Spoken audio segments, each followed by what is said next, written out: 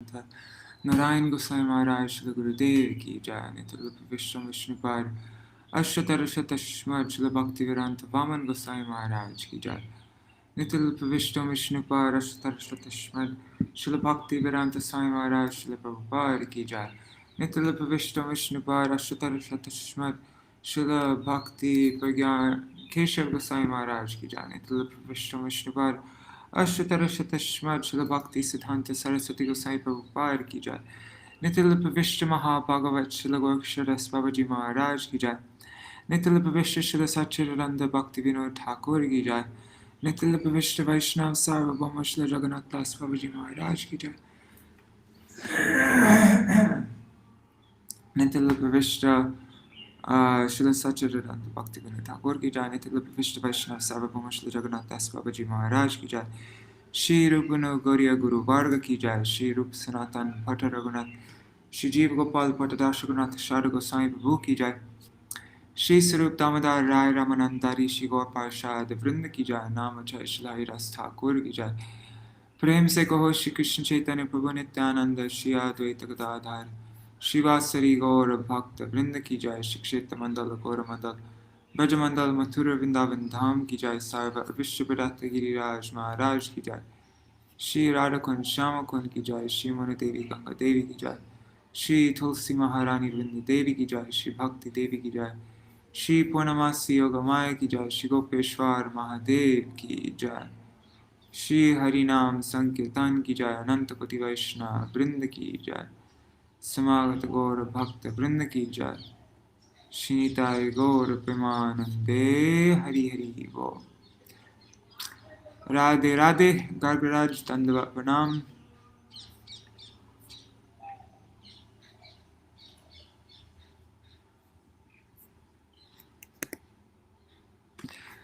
ओम ज्ञानतिमिरन्धस्य ज्ञानाञ्जनशलाकया चक्षुरुन्मिलितं येन तस्मै श्रीगुरुवे नमः। नमो ॐ विष्णुपदाय राधिकाय प्रियात्मने श्री श्रीमद्भक्तिवेदान्त नारायणीति नामिने। नमो ॐ विष्णुपदाय कृष्णपृष्ठाय भूतले श्रीमते भक्तिवेदान्त स्वामिनेति नामिने। वंशकल्पतरुभ्यश्च कृपासिन्धुभ्यैव च पतितानां पावनेभ्यो वैष्णवेभ्यो नमो नमः।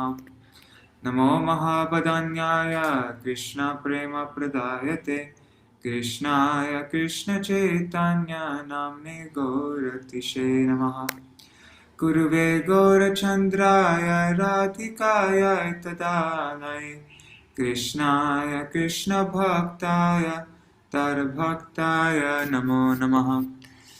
यं प्रव्रजन्तम् अनुपेतमपेत्य कृत्यं द्वैपायनो विरहकातर आजुहावो पुत्रेति तन्मयतया तरवोऽभिनेदुस्तं सर्वभूत हृदयं मुनिमानतोऽस्मि। नारायणं नमस्कृत्यं नरं चैव नरोत्तमं देवीं सरस्वतीं व्यासं ततो जयमुदीरयेत्। शृण्वतां स्वकथा कृष्ण पुण्यश्रवणकीर्तन हृदन्तस्तो यभद्राणि विधुनोति सुहृत्सुतं। नष्टप्रयेष्वभद्रेषु नित्यं भगवत सेवया भगवत्युत्तमश्लोके भक्तिर्भवति नैष्टिकी। तवैवास्मि न जीवामि त्वया विना इति विज्ञाय राधे त्वं नायमां चरणान्तिकम्। भक्त्या विहीना अपराधलक्षाय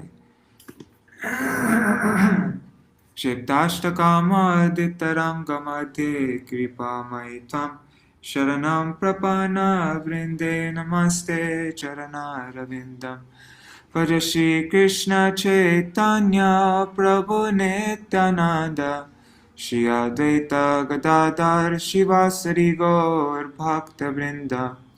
हरे Krishna Krishna Krishna Hare Hare Ram Rama Rama Hare Hare.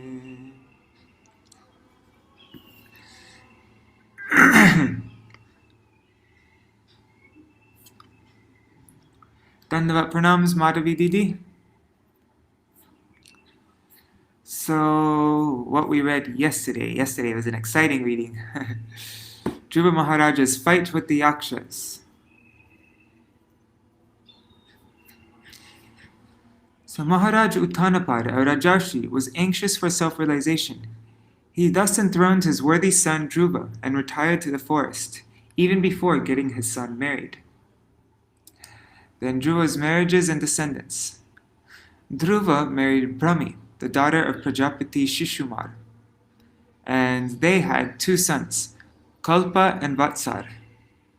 And then Dhruva also married Ila, the daughter of Vayu, the wind god, and they had a beautiful daughter and son. The son's name was Utkal, and Orissa was actually named after Utkal. Before, Orissa used to be called Utkal, and is named after him. Then Uttam's death and Dhruva's fight with the Yakṣas. So Dhruva's brother Uttam was killed by a Yaksha while hunting. Suruchi also died. These events were predicted by the Lord in chapter 9, verse 23. Hearing this, Dhruva was overwhelmed with anger and lamentation and headed north to reach Alakapuri, the city of the Yakṣas, the followers of Lord Shiva. Dhruva blew his conch and the sky echoed. The wives of the Yakṣas became frightened.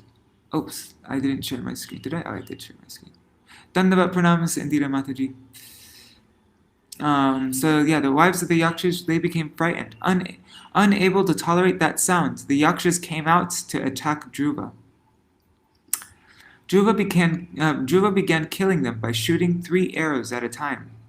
The Yakṣas, being shot in their foreheads, anticipated defeat, but still, in a Kshatriya spirit, they praised Dhruva's feat in their minds. real Kshatriyas. Intolerant, like snakes being trampled, the Yakṣas shot 6 arrows each at Dhruva in retaliation. The 130 Yakṣa soldiers began angrily showering Dhruva, his chariot, and his charioteer with various types of weapons. And it said, Dhruva became covered by a shower of weapons, just as a mountain is covered by torrents of rain. And then the significance of this. With rain, dirty things are washed from a mountain. Similarly, from the arrows, whatever incompetence Dhruva had was washed away by his vigor was renewed. Then the Siddhas cried as Dhruva appeared to merge among the Yakṣas, as the sun sets in the ocean. Although seeming to drown in the ocean, the sun is not harmed. Similarly, Dhruva had no difficulty. Okay, so there's a reason for each analogy. As the Yakṣas proclaimed victory, Dhruva re-emerged, as the sun appears from the foggy mist. Insignificant fog cannot cover the sun. By comparison to the sun, Dhruva's greatness is affirmed. And the Yakṣas Dhruva scattered the Yakṣas' weapons with his arrows, as the wind scatters clouds in the sky. His twanging bow created dismay. His sharp arrows pierced their bodies, as thunderbolts pierce mountains. Earlier, the mountain of Dhruva was revitalized by the Yakṣas' attack. Now, the mountain of the Yakṣas are being killed by Dhruva's attack.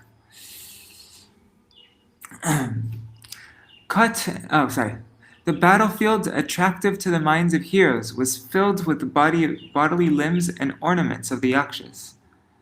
The injured Yakṣas fearfully fled the battlefields like elephants defeated by a lion.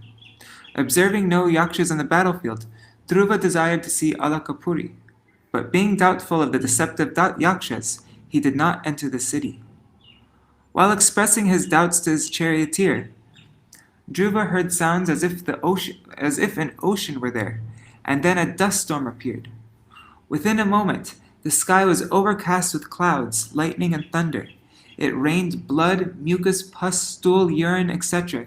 Even human trunks began to fall. I don't know what human trunks means. The hat, I do. Dhruva then saw a mountain in the sky. Hailstones fell from all directions, along with maces, swords, clubs, and showers of stones. Deadly snakes, mad elephants, tigers, and lions approached to devour him. The fierce ocean, roaring with waves, approached him as if it were the time of dissolution. The cruel-natured Yakṣas created many such visions by their demoniac powers to terrify the cowardly. Hearing that Dhruva was overpowered by the illusory tricks of the Yakṣas, the great sages immediately arrived to encourage him. The prayers by the sages. May the Supreme Lord Shangandanva, who relieves the distress of devotees, kill your enemies.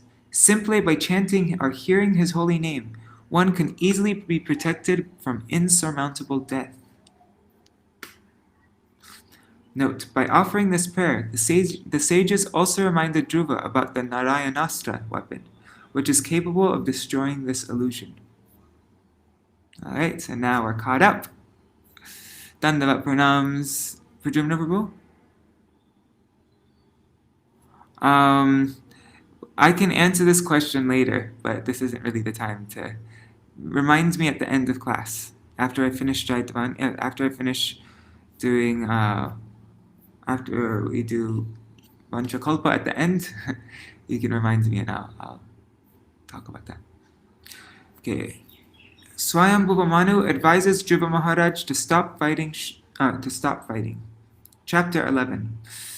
Maitreya Uvacha Nishamya Gadatam Evam Rishinam Danushi Dhruva Sandadhestram Upasprishya Yanarayana Nirmitam. Sri Maitreya said, My dear Vidura, when Dhruva Maharaj heard the encouraging words of the great sages, he performs the Achman by touching water and then took up his arrow made by Lord Narayan and fixed it upon his bow. Purport. Dhruva Maharaj was given a specific arrow made by Lord Narayan himself, and he now fixed it upon his bow to finish the illusory atmosphere created by the Yakṣas. As it is stated in the Bhagavad Gita 7.14, Mam eva ye prapandyante mayam etan tarantite. Without Narayan, the Supreme Personality of Godhead, no one is able to overcome the action of the illusory energy. Sri Chaitanya Mahaprabhu has also given us a nice weapon for this age, as stated in the Bhagavatam, Sango Pangastra. And this age, the Narayanastra, or the weapon to drive away Maya, is the chanting of the Hare Krishna mantra in pursuance of the associates of Lord Chaitanya, such as Advaita Prabhu, Nityananda, Gadadhar, and Srivas. Wow, I love this purport by Srila Prabhupada. It's really nice. Anyways, I'm going to continue on. But yeah, it's just perfect in this really dramatic example. Sandhya mana etasmin maya guhyaka nirmita kshipram vineshur vidura klesha jnana dayeyata. As soon as Dhruva Maharaj joins the Narayanastra arrow to his bow, the illusion created by the Yakṣas was immediately vanquished, just as all material pains and pleasures are vanquished when one becomes fully cognizant of the self. Purport. Krishna is like the sun, and Maya, or the illusory energy of Krishna, is like darkness. Darkness means absence of light. Similarly, Maya means absence of Krishna consciousness. Krishna consciousness and Maya are always there, side by side. As soon as there is awakening of Krishna consciousness, all the illusory pains and pleasures of material existence are vanquished. Mayam etang tarantite. Bhagavad Gita 7.14. Constant changing of the Maha Mantra will keep us always aloof from the illusory energy of Maya.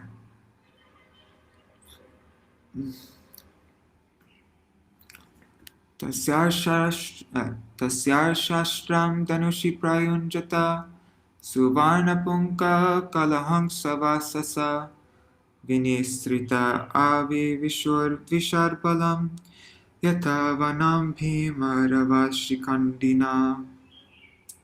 Even as Dhruva Maharaj fixed the weapon made by Narayan Rishi unto his bow, arrows with golden shafts and feathers like the wings of a small swan.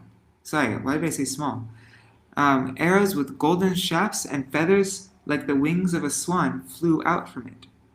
They entered the enemy soldiers with a great hissing sound, just as peacocks enter a forest with tumultuous crowing. Oh, what does a peacock do? Sorry. Okay. Taistigmadharai pradhane shili mukar itastata punya jana upadhruta tam abhyathavan kupita adhayudha suparnam unnadha pana iva haya. Those sharp arrows dismayed the enemy soldiers, who became almost unconscious. But various Yakṣas on the battlefield, in a rage against Dhruva Maharaj, somehow or other collected their weapons and attacked, just as serpents agitated by Garuda rushed towards Garuda with upraised hoods. All the Yakṣa soldiers prepared to overcome Dhruva Maharaj with their upraised weapons. Satan Prishakar Abhidhavato mride nikreta bahuru shirodharo dharan ninnaya lokam paramarka mandalam prajanti nirbhidya yamurdhvadipretasa. When Dhruva Maharaj saw the Yakṣas coming forward, he immediately took his arrows and cut the enemies to pieces. Separating their arms, legs, heads, and bellies from their bodies, he delivered the Yakṣas to the planetary system which is situated above the sun globe, and which is attainable only by first-class brahmacharis who have never discharged their semen. That was very merciful. Purports: to be killed by the Lord or by his devotee is auspicious for non-devotees. The Yakṣas were killed indiscriminately by Dhruva Maharaj, but they attained the planetary system attainable only for brahmacharis who never discharged their semen. As the impersonalist Gyanis or the demons killed by the Lord attain Brahmaloka or Satyaloka, persons killed by a devotee of the Lord also attain Satyaloka. To reach the Satyaloka planetary system described here, one has to be elevated above the sun globe. Killing, therefore, is not always bad. If the killing is done by the Supreme Personality of Godhead or his devotee, or in great sacrifices, it is for the benefit of the entity killed in that way. Oh, Gurudev, please murder me. Sorry. Okay, material so-called non-violence is very insignificant in comparison to killing done by the Supreme Personality of Godhead or by his devotees. Even when a king or the state government kills a person who is a murderer, that killing is for the benefit of the murderer, for thus he may become cleared of all sinful reactions. An important word in this verse is urdhva retasa, which means brahmacharis who have never discharged semen. Celibacy is so important that even though one does not undergo any austerities, penances, or ritualistic ceremonies prescribed in the Vedas, if one simply keeps himself a pure brahmachari, not discharging his semen, the result is that after death he goes to Satyaloka. Generally, sex life is the cause of all miseries in the material world. In the Vedic civilization, sex life is restricted in various ways. Out of the whole population of the social structure, only the grihastas are allowed restricted sex life. All others refrain from sex. The people of this age especially do not know the value of not discharging semen. As such, they are variously entangled with material qualities and suffer an existence of struggle only. The word urdhva retasa especially indicates the Mayavadi sannyasis, who undergo strict principles of austerity. But in the Bhagavad Gita 8:16, the Lord says that even if one goes up to Brahmaloka, he again comes back. A Brahma bhuvanal loka punar avatirno druna. Therefore, actual mukti, or liberation, can be attained only by devotional service, because by devotional service, one can go above Brahmaloka, or the spiritual world, wherefrom he never comes back. Mayavadi sannyasis are very proud of becoming liberated, But actual liberation is not possible unless one is in touch with the Supreme Lord in devotional service. It is said, Harim vina nasritim taranti. Without Krishna's mercy, no one can have liberation. Tanhanyamana abiviksha guhyakan anagashash chitra ratena purisha autanapadim kripaya pitamaho manur jagado pagata sahashivi. When Swayambhuva Manu saw that his grandson Dhruva Maharaj was killing so many of the Yakṣas who were not actually offenders, out of his great compassion he approached Dhruva with great sages to give him good instruction. Purport. Dhruva Maharaj attacked Alakapuri, the city of the Yakṣas, because his brother was killed by one of them. Actually, only one of the citizens, not all of them, was guilty of killing his brother, Uttama. Dhruva Maharaj, of course, took a very serious step when his brother was killed by the Yakṣas. War was declared and the fighting was going on. This sometimes happens in present days also. For one man's fault, a whole state is sometimes attacked. This kind of wholesale attack is not approved by Manu, the father and lawgiver of the human race. He therefore wanted to stop his grandson Dhruva from continuing to kill the Yaksha citizens who were not offenders. And remember, this is Manu's grandson, right? No, great-grandson. Yeah. Because Manu's son Priyavrata, and then Priyavrata had Dhruva and Uttam, and actually no, it's his grandson, not great-grandson. Manur uvacha alang vatsatiro shena tamodvarena papmana yena punya janan etan avadishtvam anagasa. Lord Manu said, "My dear son, please stop. It is not good to become unnecessarily angry. It is the path to hellish life. Now you are going beyond the limit by killing Yakshas who are actually not offenders." Purport. In this verse, the word Ati Roshena means with unnecessary anger. When Dhruva Maharaj went beyond the limits of necessary anger, his grandfather Swayambhuva Manu immediately came to protect him from further sinful action. From this we can understand that killing is not bad, but when killing is done unnecessarily, or when an offenseless person is killed, such killing opens the path to hell. Dhruva Maharaj was saved from such sinful reaction because he was a great devotee.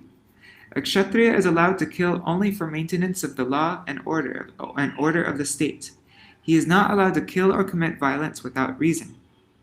Violence is certainly a path leading to a hellish condition of life, but it is also required for maintenance of law and order of the state. Here Lord Manu prohibited Dhruva Maharaj from killing the Yakshas, because only one of them was punishable for killing his brother Uttama. Not all of the Yaksha citizens were punishable. We find in modern warfare, however, that attacks are made upon innocent citizens who are without fault. According to the law of Manu, such warfare is a most sinful activity. Furthermore, at the present moment, civilized nations are unnecessarily maintaining many slaughterhouses for killing innocent animals. When a nation is attacked by its enemies, the wholesale slaughter of the citizens should be taken as a reaction to their own sinful activities. That is nature's law.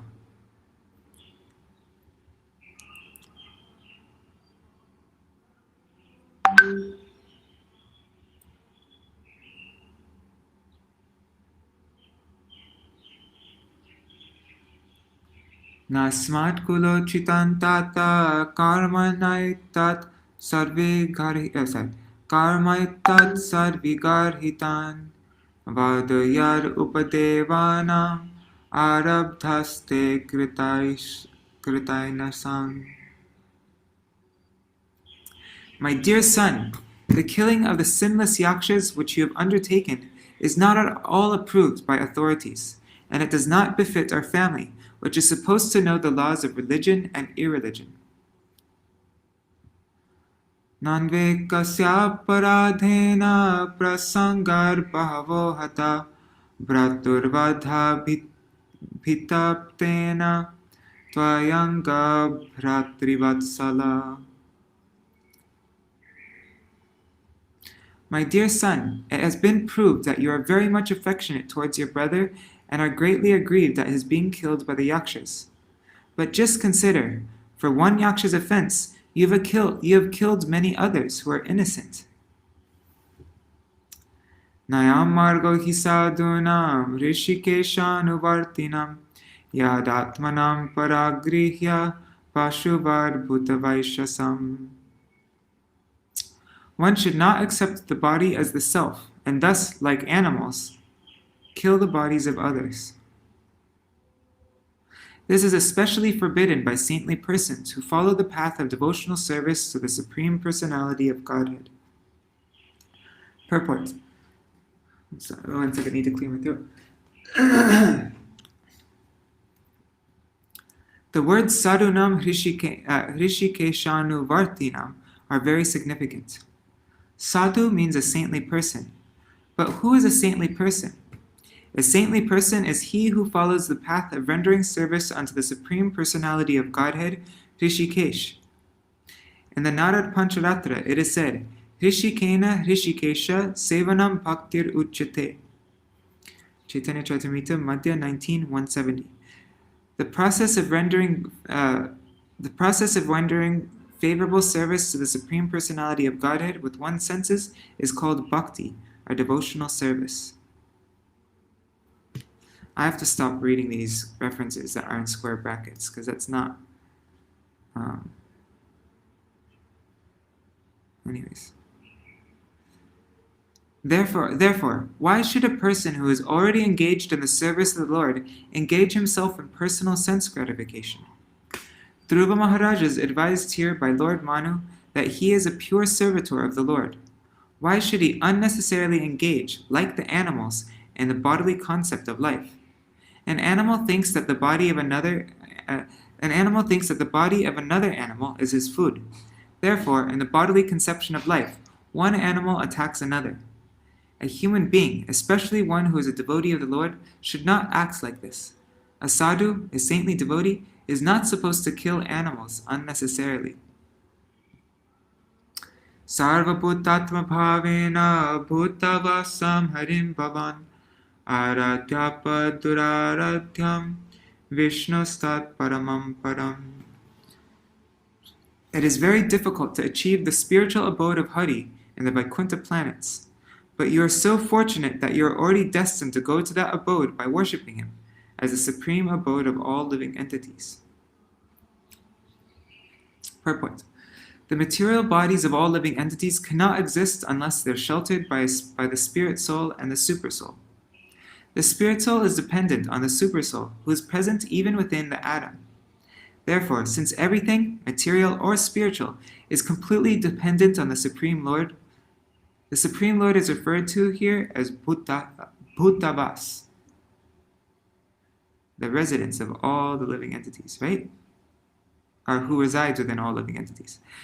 Dhruva Maharaj, as a Kshatriya, could have argued with his grandfather. He could have argued with his grandfather Manu, when Manu requested him to stop fighting. But even though Dhruva could have argued that as a Kshatriya it was his duty to fight with the enemy, he was informed that since every living entity is a residence of the Supreme Lord and can be considered a temple of the Lord, the unnecessary killing of any living entity is not permitted. Satam harer anudhyatas tad pungsam apisamata katam tvavyadyam kritavan anushikshan satam vratam.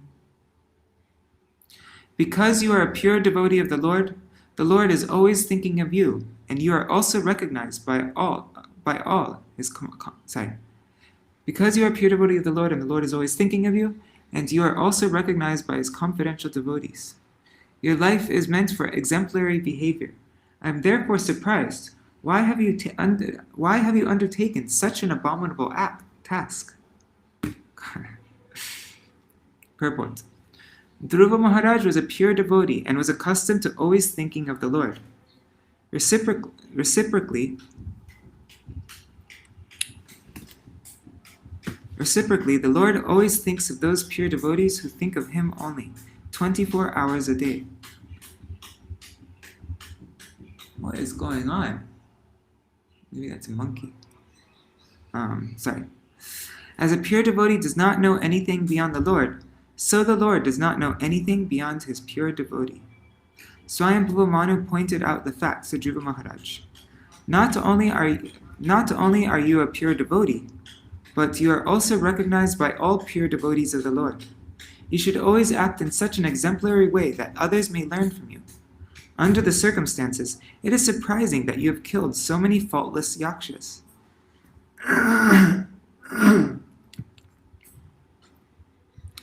Tadikshaya karunaya maitra cha kila jantushu samatvena cha sarvatma bhagavan samprasidhati. The Lord is very satisfied with His devotee when the devotee greets other people with tolerance, mercy, friendship, and equality. Purport. It is the duty of an advanced devotee in the second stage of devotional perfection to act in accordance with this verse. There are 3 stages of devotional life. In the lowest stage, a devotee is simply concerned with the deity in the temple and worships the Lord with great devotion according to rules and regulations. In the second stage, the devotee is cognizant of his relationship with the Lord, his relationship with fellow devotees, his relationship with persons who are innocent, and his relationship with persons who are envious. So that verse is explaining the Kanishta Adhikari, now it explains the Madhyam Adhikari, and sometimes devotees are ill-treated by envious persons. It is advised that an advanced devotee should be tolerant. He should show complete mercy to persons who are ignorant or innocent. A preacher devotee is meant to show mercy to innocent persons, whom he can elevate to devotional service. Everyone by constitutional position is an eternal servant of God. Therefore, a devotee's business is to awaken everyone's Krishna consciousness. That is his mercy. As for a devotee's treatment of other devotees who are his equals, he should maintain friendship with them. His general view should be to see every living entity as part of the Supreme Lord. Different living entities appear in different forms of dress, but according to the instruction of the Bhagavad Gita, when a person sees all living entities equal, such treatment by the devotee is very much appreciated by the Supreme Lord. It is said, therefore, that a person is always tolerant and merciful, and he is friend to everyone, never an enemy to anyone, and he is peaceful. These are some of the good qualities of a devotee. This is all explained in verse Ishvarata Tadineshu Balisheshu Dishachuta. Prema Maitri Kripopeksha Yakaroti Samatama. Samprasane Bhagavati Purusha Prakriter Guna Vimukta Jivanir Mukta Brahma Nirvanam Richati. One who actually satisfies the Supreme Personality of Godhead during one's lifetime becomes liberated from the gross and subtle material conditions. Thus, being freed from all material modes of nature, he achieves unlimited spiritual bliss.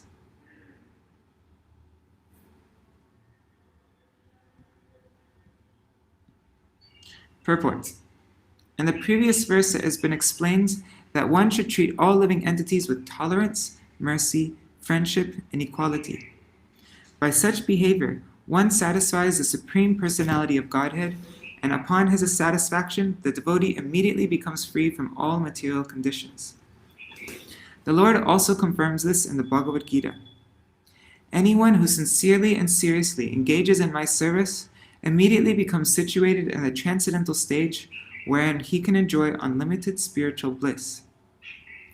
Everyone in this material world is struggling hard in order to achieve blissful life. Unfortunately, people do not know how to achieve it.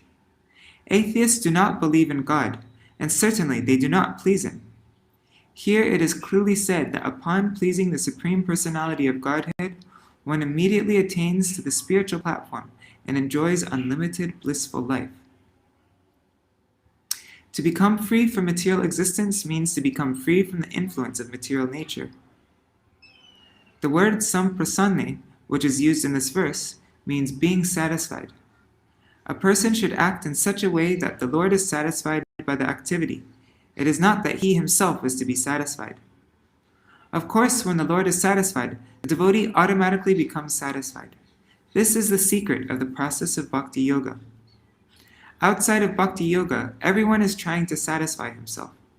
No one is trying to satisfy the Lord.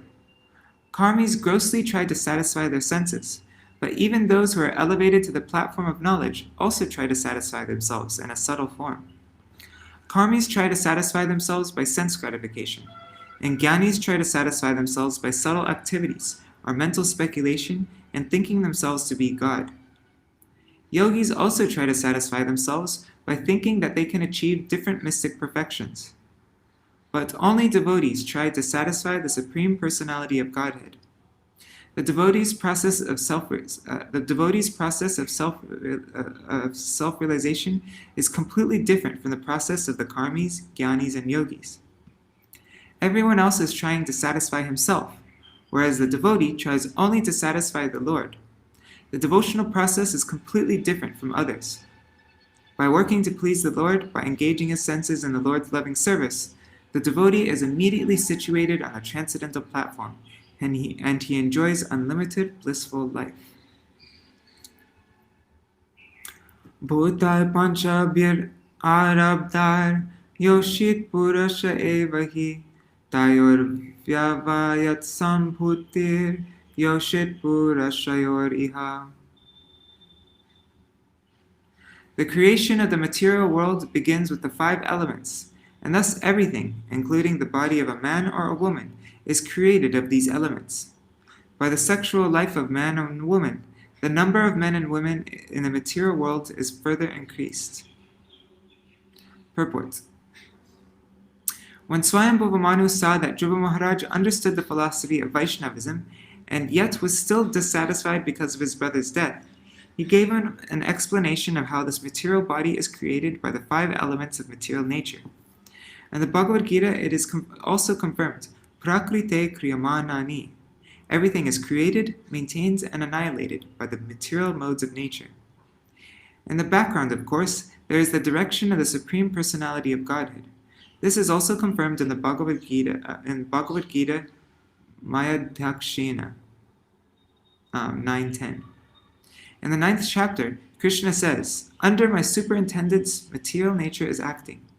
Swayambhuva Manu wanted to impress on Dhruva Maharaj that the death of the material body of his brother was not actually the Yakṣas' fault. It was an act of the material nature.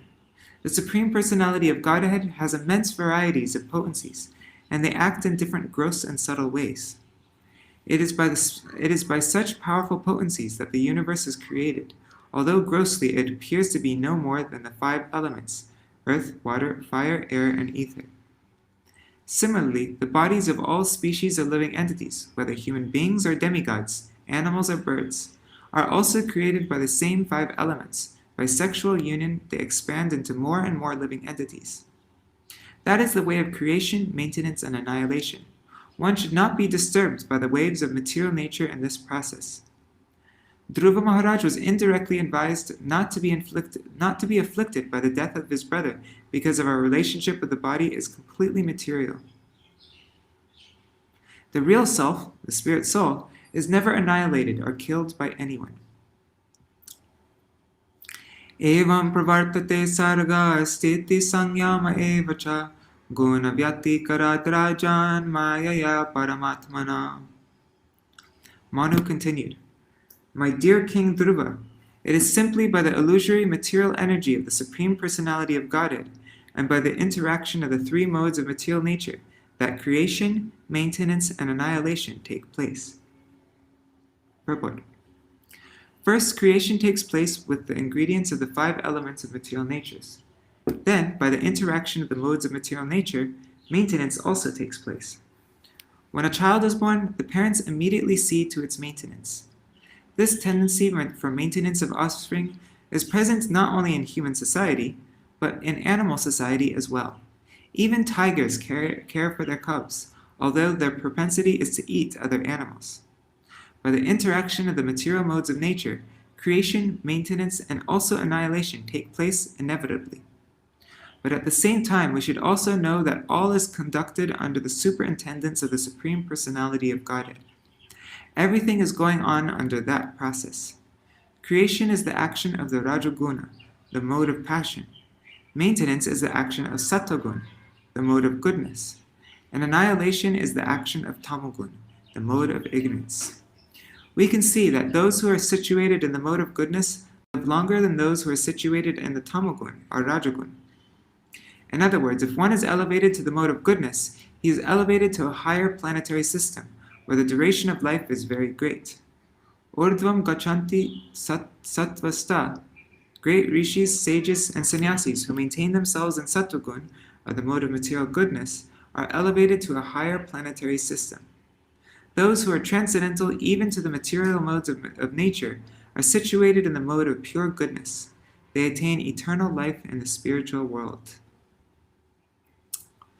Nemita matram tatrasin nirguna purusharshava vyakta vyaktam idam vishvam yatra brahmatilo havat.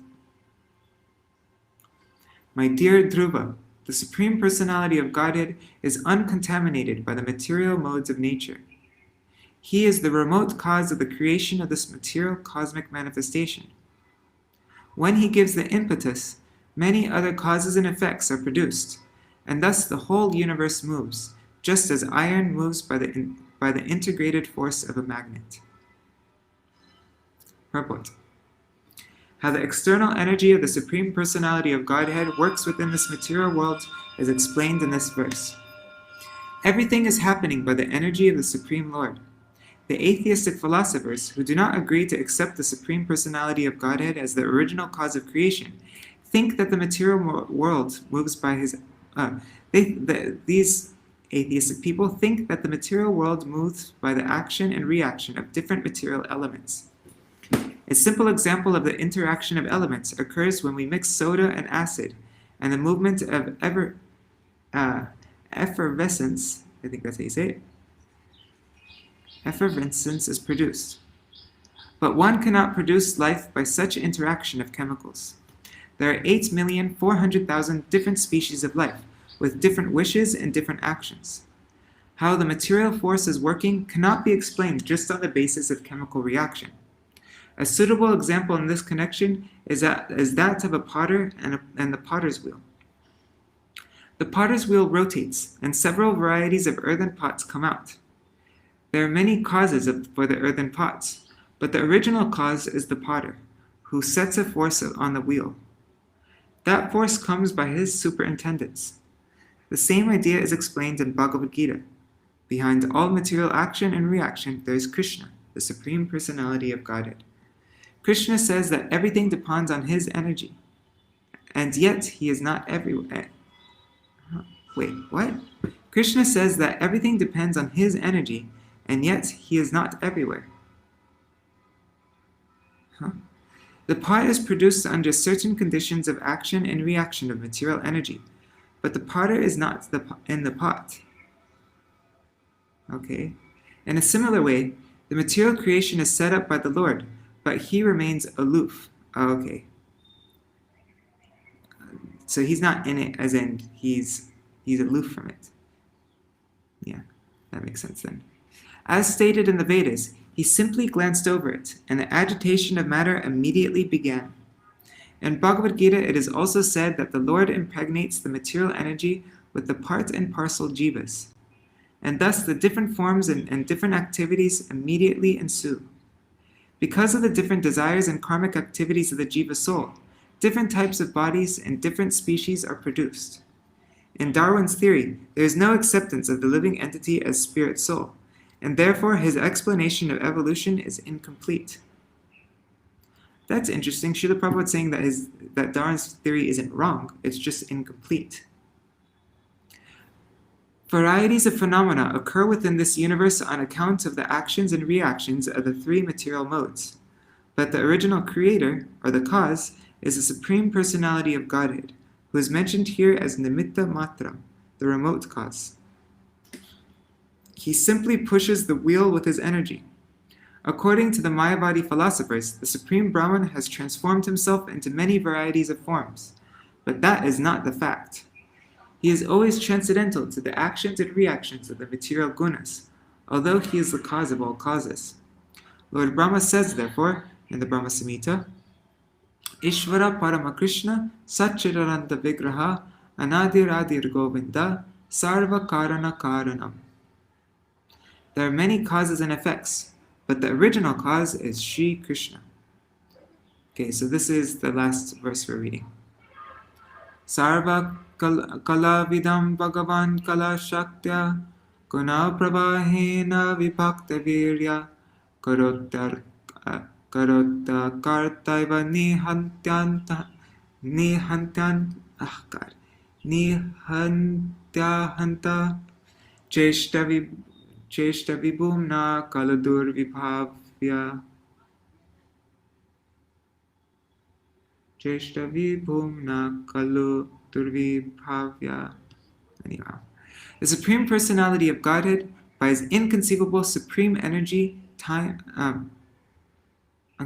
So the Supreme Personality of Godhead, by his inconceivable supreme energy, time, causes the interaction of the three modes of material nature, and thus varieties of energy become manifest. It appears that he is acting, but he is actually not the actor. He is killing, but he is not the killer. Thus it is understood that only by his inconceivable power is everything happening. Purport. The word Durvibhavya means inconceivable by our tiny brain, and Vibhakta Virya means divided in varieties of potencies. This is the right explanation of the display of creative energies in the material world. We can better understand the mercy of God by an example. A government state is always supposed to be merciful, but sometimes in order to keep law and order, the government employs its police force, and thus the punishment is meted out by the rebellious citizens. Similarly, the Supreme Personality of Godhead is always merciful and full of transcendental qualities, but certain individual souls have forgotten their relationship with Krishna and have endeavored to lord it over material nature. As a result of their endeavor, they are involved in varieties of material interaction. It is incorrect to argue, however, that because energy issues from the Supreme Personality of Godhead, he is the actor. In the previous verse, the word nimitta matram indicates that the Supreme Lord is completely aloof from the action and reaction of this material world. How is everything being done? The word inconceivable has been used. It is not within the power of one's small brain to comprehend. Unless one accepts the inconceivable power and energy of the Lord, one cannot make any progress. The forces which act are certainly set up by the Supreme Personality of Godhead, but he is always aloof from their action and reaction.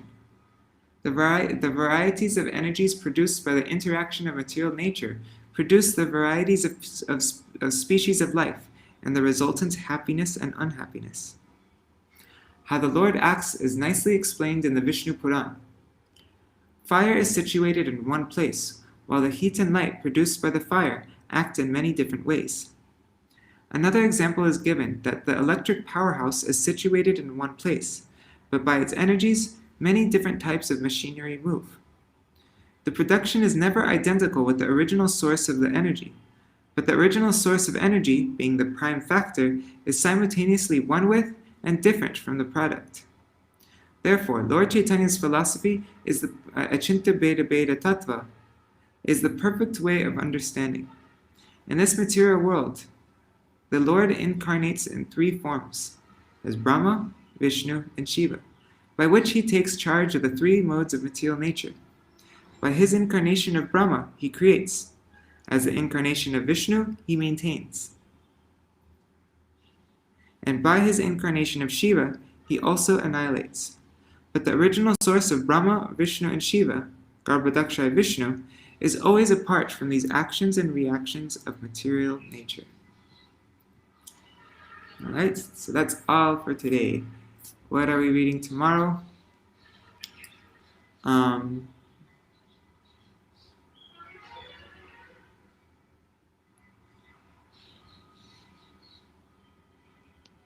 Alright, so we just read Dhruva overcomes the Yakṣas' illusions and massacres them. Then Manu's reasons not to kill the Yakṣas. And now understanding the ultimate cause as the Supreme Lord. So we just read that by his inconceivable energies, the Supreme Lord is the indirect cause of the creation, maintenance, and destruction of everyone. Now tomorrow we're going to read that as time, the Lord is neutral towards everyone and awards happiness or distress as per one's karma. Different philosophers may have different opinions, but the Lord is the ultimate cause of birth and death of your brother also. But the Lord is unaffected as he does everything by his energies. So we're going to read this all tomorrow. Then give up anger and surrender unto the Lord.